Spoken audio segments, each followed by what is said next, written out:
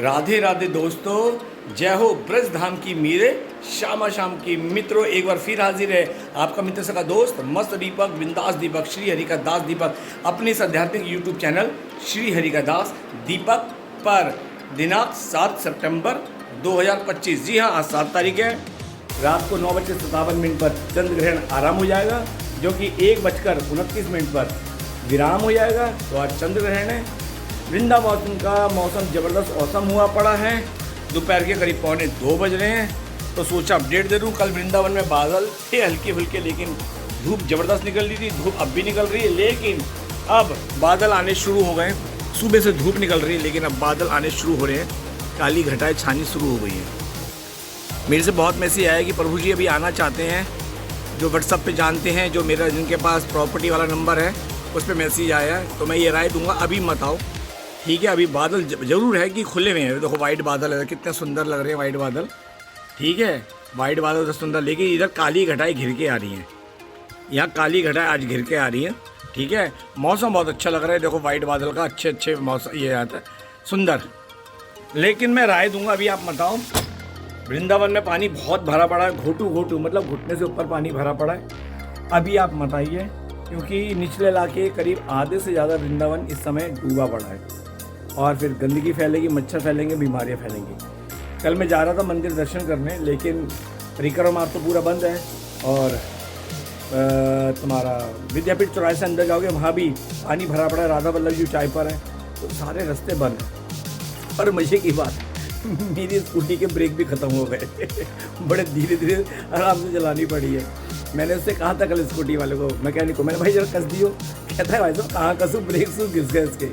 तो अभी स्कूटी की सर्विस कराऊंगा। मौसम ठीक है। आज तो चंद्र ग्रहण के मारे नहीं गए, संडे का दिन है और लोग भी आते हैं। तो कल मेरे को जाना पड़ेगा मायावती की तरफ, तो वहाँ पे कंपनी का वो है सर्विस सेंटर, तो वहीं करवाऊंगा कल या परसों, जैसे मौका मिलता है। तो भैया स्कूटी बड़ा आराम से चलानी पड़ी, ब्रेक घिसने पड़े। और आगे के ब्रेक तो रिक्शा है, तुम्हें पता है, स्कूटी पलटने का डर होता है। और ऐसा हुआ है, एक दो जगह आगे ब्रेक मारे ना, स्कूटी अनबैलेंस हुई है। तो मैं वो रिस्क नहीं लेना चाहता। फिलहाल 7 तारीख की अपडेट ये है कि अभी तक तो मौसम साफ़ है, लेकिन आज चंद्र ग्रहण है। चंद्र का जैसा भी होता है हिसाब किताब जल से होता है, ठीक है। चंद्र का जितना भी इफेक्ट पड़ता है समुद्र में, ज्वार भाटा सब चंद्र के ही किरणों से आता है। क्योंकि चंद्र जो कहते हैं जल के उमारने जाते हैं देवता, जल का जो भी होता है, जितना भी जल के अंदर उथल पुथल होती है, चंद्र से होती है। मन की चंचलता चंद्र से होती है, ठीक है। तो जल ही हमारा जो होता ना, जैसे कहते हैं एकादशी पे चावल नहीं खाना चाहिए, क्यों? क्योंकि जल में होते हैं। फिर उसमें चंद्र घटाएं होती हैं, तो मन में भोग वासना जागृत होती है। तो चंद्र की घटाएं ना हमेशा हमें वासना भोग की ओर लेके जाती हैं, और पानी से उनका वो कंपेयर किया जाता है, क्योंकि पानी को उथल पुथल कर देते हैं। समुद्र में ज्वार भाटा वगैरह जो भी आता है। अरे ये बंद क्यों कर रहा हूँ, तो ठीक है। तो फिलहाल आज अभी तक तो ठीक है, बाकी शाम का देखते हैं। हालात अंदर के ख़राब है, क्योंकि फिर बीमारियां फैलेंगी। निचले इलाकों में पानी रुका हुआ है, निकासी नहीं है, इसलिए कॉरिडोर ज़रूरी है।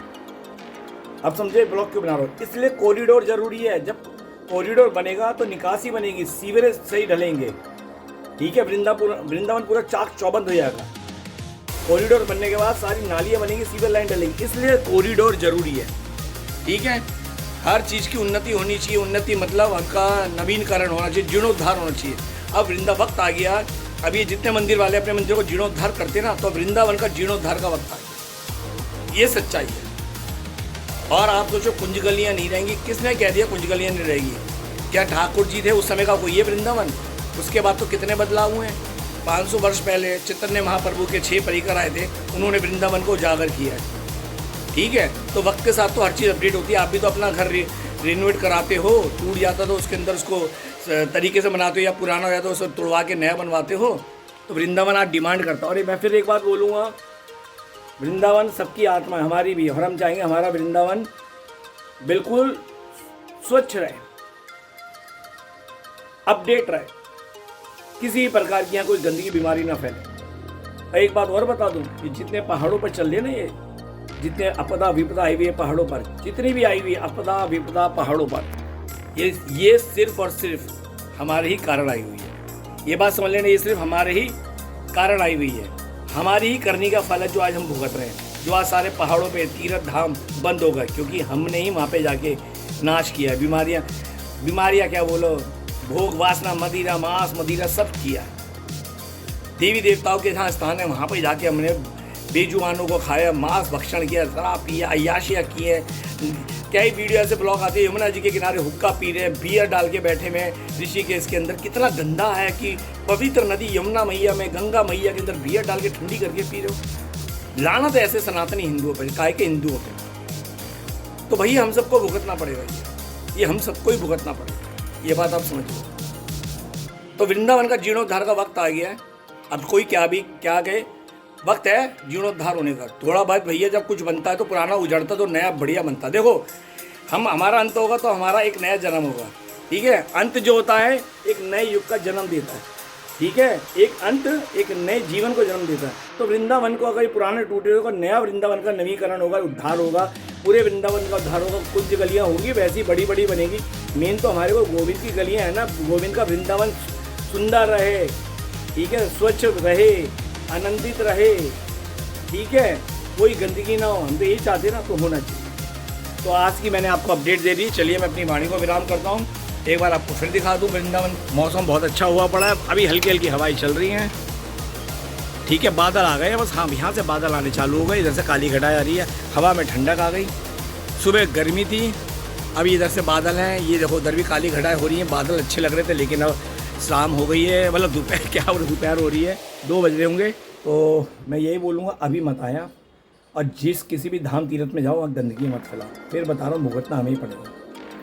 ये जो आज जितने भी परले आ रही है ना, पहाड़ टूट रहे हैं, कश्मीर लपेटे में आ गया, पंजाब डूब गया, ये हमारी करनी का फल है, हमारी करनी का कारण है, फल है। कोरोना आया था ना, जिसने दुनिया में सबको लपेटा था।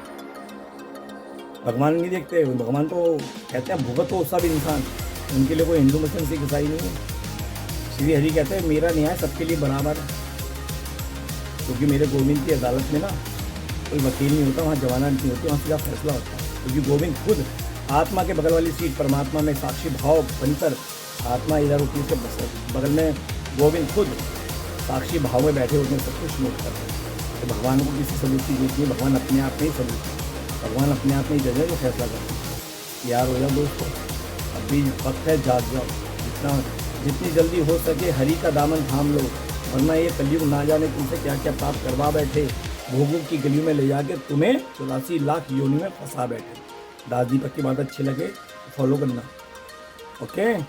इसलिए कह रहा हूँ, तीर्थ धामों को स्वच्छ कर लो, पहाड़ों पे जाके पवित्रता से रहो, देवी देवताओं का वास है। आज वो रुष्ट हो गए हैं, वो यहाँ से जा रहे हैं, तभी ये परले आ गई है। आगे सोच समझ आपकी, दास का काम है आपको समझाना, आपको अपडेट करना। तो चलिए दोस्त, अपनी वाणी को विराम करता हूँ, मिलते हैं अगले ब्लॉग में।